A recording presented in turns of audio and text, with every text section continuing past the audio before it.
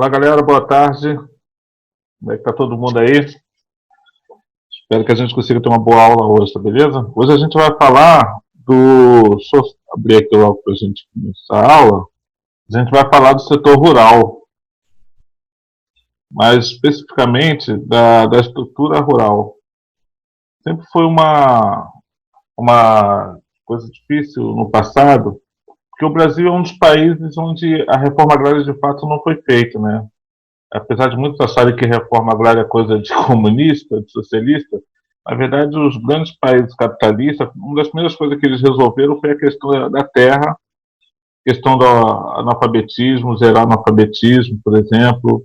A ideia, por exemplo, você pega os Estados Unidos teve um tipo de colonização muito diferente da do Brasil, né? O Brasil e a América Latina inteira, né? Foi colônia de exploração, né? Os europeus vinham aqui, pegavam o que queriam e levavam. Os Estados Unidos, como eles estavam querendo pretendiam, na verdade, criar uma nação, todo mundo que chegava lá tinha que ter acesso à terra. A ideia deles era criar uma espécie de classe média, um local onde as pessoas pudessem ter acesso à terra e dali dar conta da sua vida, entendeu? Então, isso foi muito importante para eles resolver logo essa questão da terra. Então, a gente não ouve falar de reforma agrária nos Estados Unidos ou em outros países mais ricos, porque, na verdade, uma das primeiras coisas que eles fizeram foi essa. Isso foi importantíssimo para eles se tornarem o país que são. Porque a terra, no passado, ela era uma representação de riqueza. E aí você compartilhar com o povo essa riqueza é justamente o que impulsionou que os Estados Unidos dessem a qualidade, o salto que deram no futuro, sabe? Então, enfim, esse é o tema da nossa aula. Está lá no livro 2, tá? A gente zerou aquele livro 1, a gente agora está no livro 2 e no capítulo 1 já começa com essa temática, tá bom? Então, aqui no Brasil, uma das coisas que eles pensaram em fazer é meio que criar uma normativa, né? O que, que é o rural, né? Na verdade, tem uma discussão até hoje sobre o que, que é rural. Muita gente sempre associa rural a estar no campo. Só que hoje tem vários lugares do campo que a modernidade chegou a tal ponto que é mais moderno que em muitos lugares onde a gente, na nosso imaginário, seria o urbano, como áreas do Sudeste, né, do Sul. Essa estrutura fundiária foi criada ali em 64, já próximo ali já o início da questão do golpe militar. E ela buscava responder justamente o que é o rural, a estrutura rural. Foi pensado aí um estatuto, e esse estatuto tinha que dar conta do que seria o nosso rural já naquela época. Hoje já está mais difícil ainda de compreender, mas naquela época já era mais difícil. Por quê? Porque a ideia do módulo rural, ele tinha a perspectiva de normatizar, até mesmo você pensar em imposto, pensar em tipo de investimento. Mas o que era módulo rural? Pensando no Brasil, no país de extensão continental, cada módulo rural desse, é, o valor, a forma de lidar, a forma de legalizá-lo, né, ia depender muito do perfil da região. Se essa região, por exemplo, está no Nordeste, qual o valor dela? Qual o tamanho seria considerável para uma população, uma família, por exemplo, se for um imóvel desse rural, né? Uma família poder se manter. Qual o tamanho? Esse tamanho vai depender da estrutura, do tipo de solo, se é um solo rico, se é um solo muito pobre. Se é um solo muito pobre, você precisa de uma extensão maior, para você fazer o rodízio, por exemplo. Se é um solo muito rico, já pode ser menor. O clima. Vamos que esse clima de lá cause, por exemplo, desertificação. Vai ser o mesmo valor, você cobra o mesmo imposto, esse tamanho tem que ser parecido com um solo de uma região onde o clima é mais ameno e facilita a produção agrícola. Relevo. Pô, vamos imaginar, você tem tantos hectares, mas os hectares estão todos numa inclinação tão forte que, por exemplo, você vai ter que gastar muita grana para poder fazer um trabalho ali. E se você pega um terreno mais plano, talvez seja mais tranquilo. Talvez, porque você também com um terreno, dependendo da inclinação dele, aparentemente plano, você também pode perder muito, no caso de uma chuva, levar todos os nutrientes, por exemplo. E a função social, para que ele serve? É para moradia, é para uma família, né? É para uma fábrica. O campo também está cheio de fábricas agora. Enfim, você tem que definir tudo isso. Então, eles classificaram, tem vários outros tipos, outros estudos que trabalham outras classificações, mas já nesse estatuto, eles pensaram nessa classificação aqui, que umas são os imóveis rurais, que é um que mantém uma exploração extrativista, sabe? E uma família que mora num imóvel rural desse, necessariamente precisa ser fazendeira, dependendo da região que ela está, ela pode viver só do extrativismo. Vamos que seja uma pessoa lá no norte, onde tem, por exemplo, seringueiros. Eles não desmatam a floresta.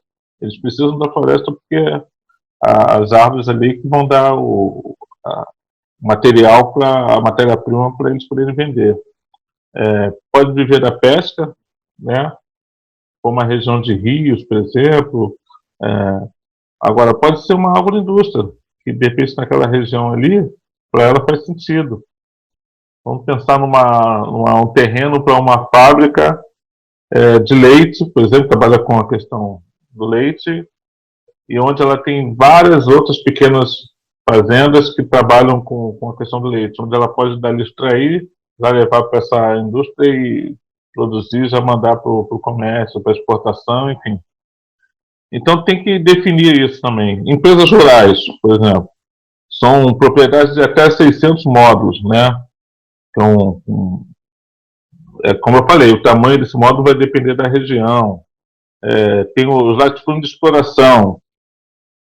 Esses latifúndios também são cerca de 600 módulos ali rurais. Tem pode apresentar uma exploração deficitária ou inadequada, enfim. O latifúndio, ele tem essa palavra latifúndio como uma característica aparentemente negativa. Por quê? Porque quando você fala latifúndio, quando se pensa, está muito voltado para uma grande extensão onde não há, por exemplo, um trabalho de fato, um uso da terra sendo feito. Às vezes é só para exploração. Muita gente se aposta de várias extensões de terra esperando que aquela terra se valorize. Às vezes você sabe que vai chegar ali uma estrada, então se tem uma estrada você pode vender, em vez de produzir ali alguma coisa, você pode fazer uma cidade ali em função dessa estrada, e aí, quer dizer, quem vai vender esses lotes? Então tem muita gente e essa terra, ela tem uma função social. Toda terra brasileira tem uma função social, ela tem que ser usada para um tipo de fim, que seja não para exploração, mas para produção de alimentos, moradia de pequenas famílias rurais, enfim. Se ela não tem essa função, esses estatutos arrasam de latifúndio e aí isso vai entrar num processo, né, onde pode levar ao fim desse terreno. O outro é a dimensão, o latifúndio por dimensão.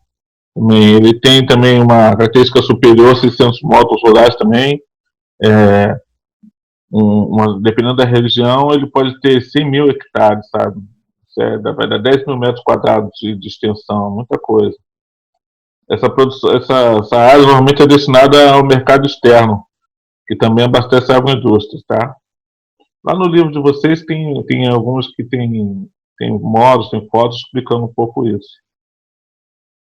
O minifúndio também faz parte dessa estrutura. Tá? O minifúndio é uma propriedade, uma área inferior ao módulo rural, né? Dependendo da região, como eu falei, o módulo vai ter um tamanho. Pode ser que uma região 10 hectares seja um módulo. Então, esse minifúndio pode ter essa ideia de ser menor do que o módulo rural e na verdade, hoje 70% da produção dessas minifúndios, são destinadas ao mercado interno.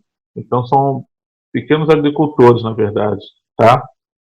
Tem a propriedade familiar, que é uma área também, como eu coloquei, que é determinado, dependendo da região, ela vai ter um tamanho específico. E tem também o módulo fiscal, que é esse que está aqui à direita, entendeu? Que ele tem é avaliado também de acordo com a região, mas esse é voltado especificamente para ter uma lógica na hora da cobrança. Então ele tem uma média dos modos, ele tinha uma média dos modos a partir daquela região, o tipo de produção e a renda da produção. Então é uma forma de você também não só fiscalizar, como também cobrar determinado imposto de acordo com o uso que se faz dessa região, beleza? Assim, aqui a gente vai tratar de um problema secular do Brasil, que é a concentração de terra. Como eu falei anteriormente, você pega uma região como os Estados Unidos, onde essa reforma agrária, ela foi, tudo bem que lá foi feito muito parecido com o Brasil, assim, as terras eram indígenas também, mataram os índios, sequestraram, roubaram, enfim. Mas ele depois, a ideia era sempre estar dividindo essas terras, compartilhando essas terras em lotes que pudessem uma família se garantir lá. Mas essa concentração de terras, ela não é muito benéfica no caso do Brasil, porque você vai, às vezes tem empresa aqui que tem quase um estado inteiro, se a gente for olhar as dimensões de terra que eles possuem no Brasil. Então, grande parte do histórico desse problema, da concentração de terras, está, por exemplo, nas capitanias hereditárias. As capitanias hereditárias foi uma forma que o governo português conseguiu de seduzir, né, os nobres a poderem vir explorar o Brasil e não perder as terras para a Espanha. Então dividiu o Brasil ali em várias faixas, onde daria origem a capitanias hereditárias. As capitanias hereditárias acabaram facilitando, né, que houvesse uma concentração de terra durante muitas décadas, alguns séculos até. Seis Marias também, o mesmo processo. Para não perder as terras, Portugal tentava seduzir outras famílias a poderem estar ocupando essa região. Depois veio a Lei de Terras. A Lei de Terras ela foi criada em 1850 e ela foi criada aparentemente para dar uma organizada nesse processo, porque o que acontece antigamente? Antes a gente tinha umas terras devolutas. A gente tinha o Brasil, a gente tinha um terreno todo cercado para chamar de Brasil, mas muitos solos ali, muitas terras ali não eram exploradas, não eram ocupadas. E aí, quem chegasse aqui poderia chegar ali e ocupar essa terra, porque como a gente viu anteriormente, Seis Marias, capitanias hereditárias, enfim, era um processo que Portugal fazia para trazer a população para cá. Mas a lei de terras, ela tem um processo ali que é muito maldoso até com a questão negra nesse sentido. Por quê? Nesse período, a Inglaterra já estava fazendo uma pressão muito grande para o Brasil libertar os escravos. O Brasil foi o último país a fazer a libertação dos escravos. E a Inglaterra era muito forte naquela época, e a Inglaterra estava obrigando o Brasil a fazer isso. Então, foi criado algumas leis antes da libertação em 1888. Antes de chegar a isso, eles foram criando leis, por exemplo, lei do ventre livre. Então, as crianças que já nasciam com pais escravos já nasciam livres. Lei do sexagenário, quer dizer, a partir de 60 anos, né, é uma maldade, porque a maioria dos escravos não chegava nem aos 40 anos, mas o escravo que chegasse a 60 anos teria liberdade. E aí eles não estavam podendo, nessa fase, não estavam podendo mais ir na África e pegar, escravizar outros homens africanos. E aí, uma das tentativas que eles fizeram foi voltar de novo para a Europa, e lá na Europa prometer várias coisas para essa população de lá vir para cá. Havia uma ideia também de substituir essa mão de obra escrava negra por uma mão de obra escrava, não escrava, né, mas quase semi-escrava branca, porque você teve um senador, o senador Vergueiro, que em 1849, ele convenceu o Senado a pagar um navio para ir até a Europa e pegar essa população que já estava lá na Europa, por exemplo, Itália, Inglaterra, já tinha uma população de pobres e miseráveis muito grande. Era uma galera que já estava sendo expulsa das indústrias, né? A indústria estava se modernizando, não estava precisando mais dessa mão de obra.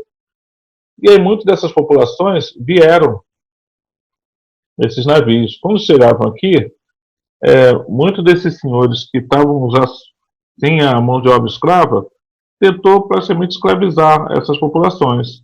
Então começavam a cobrar pela passagem, né, do navio, começavam a cobrar pela moradia, pelo alimento que comia, acabavam e criavam uma dívida tão grande que muitas dessas pessoas morriam de trabalhar e não conseguiam pagar dívidas. Mas outras conseguiram se organizar. E assim que conseguiu se livrar desse dono de fazenda, ao invés de ficar lá como empregado, eles pegavam essas terras que estavam expostas no Brasil. Então, muitas das populações que estavam ali, principalmente na região de São Paulo, viram que as terras do sul estavam lá abandonadas entre aspas, né? Tinham vários índios lá, então muitos deles largavam esses fazendeiros e iam para o sul, expulsar os índios e ao mesmo tempo criar suas fazendas, suas estruturas familiares para poder se sobreviver ali. Então, a lei de terras vem justamente para não permitir que essas pessoas pudessem fazer isso com mais facilidade. Então, agora a pessoa tinha que pagar um valor para o Estado para poder ocupar essas terras, entendeu? Monocultura, que é outro câncer no setor agrário brasileiro. Porque, pessoal, vamos imaginar qual é o problema da monocultura. A monocultura normalmente ela é pensada para exploração. Então, aqui no Brasil a gente teve algodão, tem vários ciclos, mas os mais fortes foram da cana-de-açúcar e do café. A cana-de-açúcar, por exemplo, o café também, são plantações muito predatórias para o solo. Você empobrece demais o solo quando você faz esse tipo de plantio. E aí, se você não tem um solo que seja rico, você empobrece esse solo rapidamente e automaticamente você faz necessário com que você ocupe um outro solo. A cana-de-açúcar, por exemplo, ela começou lá no Nordeste e ela veio acabando com aquele solo todo, entendeu? Até vir aqui para o sul, para o Sudeste, na verdade, e o café siga o mesmo caminho. Então, até que o café, a terra roxa, que é uma terra rica que existe no Vale do Paraíba, em São Paulo, foi onde o café conseguiu crescer ali e se instalar.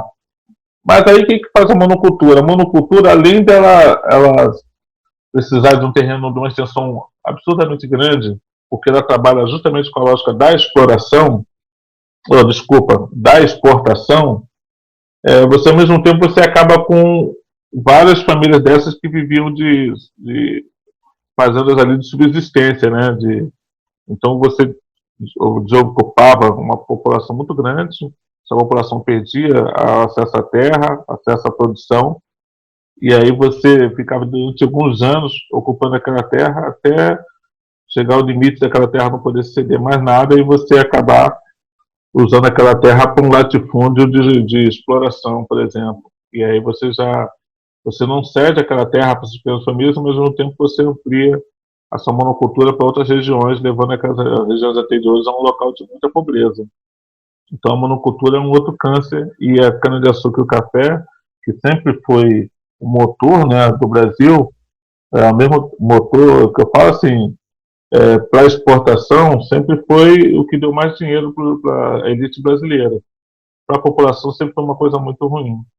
Isso aqui no Brasil, isso aconteceu também muito na África. Na África, eu acho que foi até tão ou mais agressivo que no Brasil. Tá? E dentro dessa lógica também do campo, tem as relações de trabalho. Né? O meio rural, assim como o setor urbano, tem também lá a necessidade de seus trabalhadores, agora não mais escravos, né? Apesar do tratamento ser muitas vezes parecido.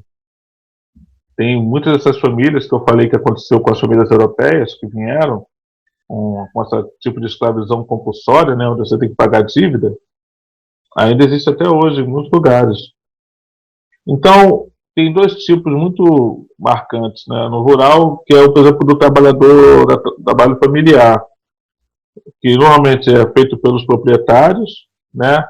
Muitas vezes, esse proprietário, quando ele tem um terreno muito grande, uma extensão muito grande de terra, e ele não consegue sozinho dar conta daquele terreno, contratar profissionais para trabalhar, eles arrendam parte da sua fazenda para outras famílias. Essas famílias são chamadas de arrendatárias. Então elas ficam ali e aí vai ter vários tipos de negociação. Essa família pode produzir determinado produto que interessa ao proprietário, então ela paga com parte da produção, ela pode pagar, né, como fosse um aluguel, o arrendatário é um aluguel. Ela pode pagar financeiramente um aluguel, né, ou pode trabalhar no formato de parceria, né, ou pode ser o meeiro, onde você paga com metade da sua produção, ou terceiro, que é quando você paga a terça parte, né, 30% praticamente do que você produz, vai para o proprietário. Tá? Tem também o trabalho temporário. Trabalho temporário que aqui no Sudeste a gente conhece muito como boia fria. O que acontece? A cana-de-açúcar, por exemplo, era uma que usava muito boia fria. Sempre usou muito boia fria. Porque tem a fase do plantio. Mas a fase onde é mais necessário de mão de obra é na hora da colheita. Por quê? Porque a colheita tem que ser feita em determinada fase do ano. Se você deixar passar, ela estraga, né? Muitas dessas frutas amadurecem, estragam e caem podres do pé. Então você precisa de uma mão de obra justamente naquele período. Então muitos fazendeiros vão em várias cidadezinhas espalhadas pelo país inteiro captar pessoas para trabalhar. Né? Normalmente eles mandam aqueles donos de caminhões, né? Que bota o povo dentro daquele caminhão chamado pau de arara, e aí esses caminhões é que trazem esses trabalhadores de vários lugares, né? E aí são chamados boia fria. Eles trabalham só nessa época, então às vezes eles ficam 6 meses longe da família, só cuidando dessa parte da colheita, para depois ou manda dinheiro para voltar ou não voltam, né?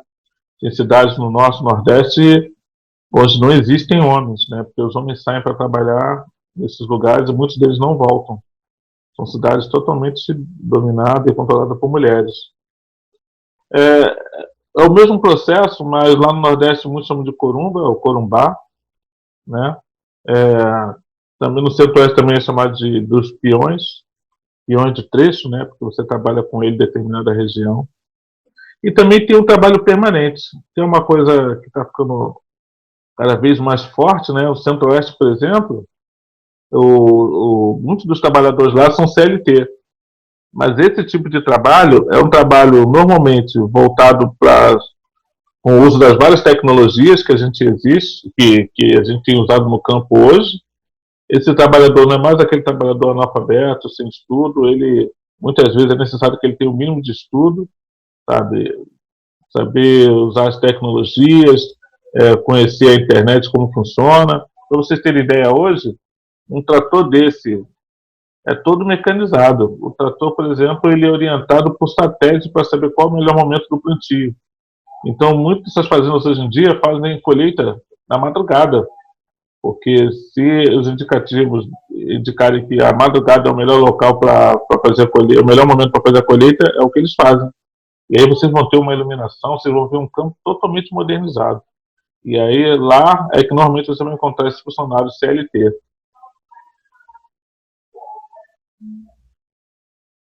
Outra questão também preocupante na questão do campo, uma é a fronteira agrícola, né? O Centro-Oeste e o Norte cada vez mais tentam avançar essa fronteira agrícola para regiões, por exemplo, no Centro-Oeste aconteceu muito isso no século passado.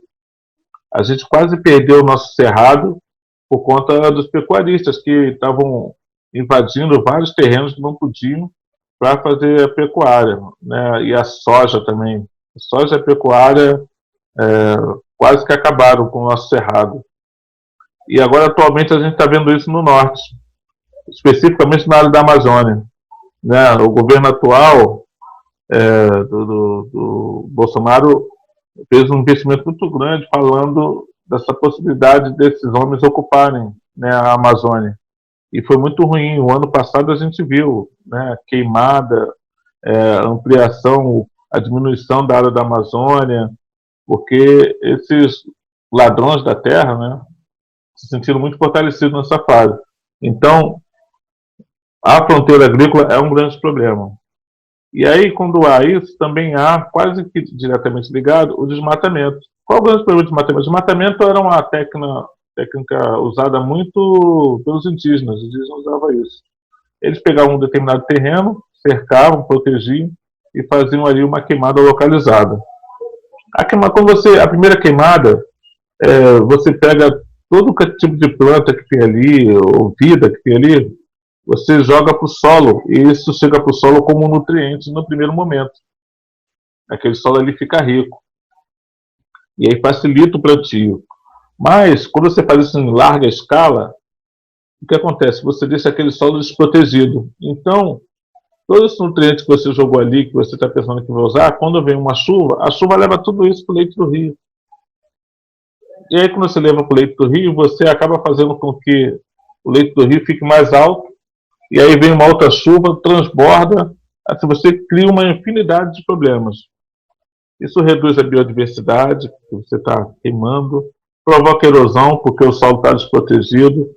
Para plantar, você vai ter que usar muito produto químico, e esse produto químico depois vai chegar aos leitos dos rios, vai causar um problema depois de contaminação da população, entendeu? Contaminação do solo, dos recursos hídricos, como eu coloquei, e vai criar um resíduo que muitas vezes você não sabe nem onde colocar.